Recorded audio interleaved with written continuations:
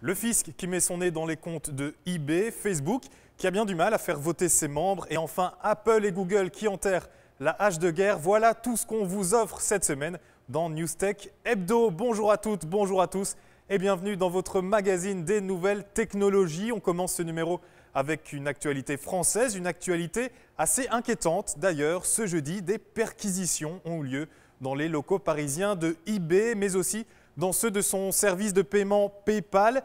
Des perquisitions menées par le fisc français qui recherche des preuves de fraude, car selon les autorités hexagonales, eBay redirigerait une grosse partie de son chiffre d'affaires en Suisse. Et ce n'est pas tout, non, sa TVA serait facturée, non pas en France, mais au Luxembourg. On reprocherait donc au site de commerce en ligne de ne pas payer suffisamment d'impôts, en tout cas beaucoup moins que ce qu'ils devraient normalement payer.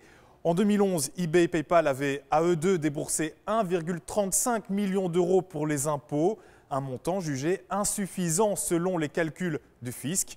Une nouvelle qui a fait perdre quasiment 2% à l'action d'eBay ici au Nasdaq. Avant de passer à ce vote sur Facebook, un petit mot de Twitter. Le pape possède désormais son propre compte, Benoît XVI, que l'on pourrait peut-être maintenant appeler Benoît XVI 2.0, qui sait. Eh bien, toujours est-il qu'il tweete depuis quelques jours. Alors, si ça vous intéresse, il est à suivre sur @pontifex. Mais attendez-vous à ne pas être seul. Plus d'1 million de followers ont déjà souscrit au tweet papal. Facebook a clos en début de semaine un vote qu'il proposait à ses membres, une espèce de référendum pour soutenir ou non les prochaines mesures, les prochaines règles du réseau social. Des règles fortement critiquées, notamment en matière de protection de données personnelles.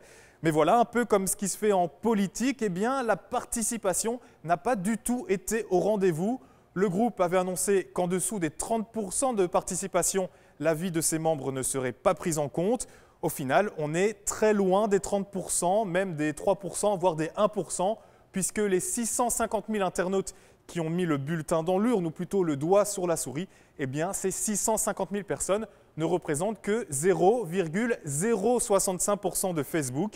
Alors, même si 90% ont voté contre ces réformes, voilà Facebook bel et bien libre de les appliquer dans les mois qui suivent.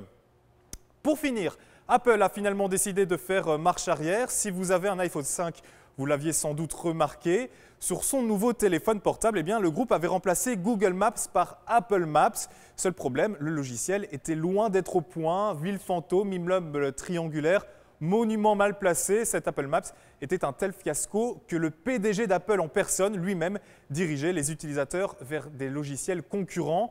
Cette semaine, Apple a décidé de rectifier le tir. Il a réintégré Google Maps dans sa base de données après 3 mois d'absence.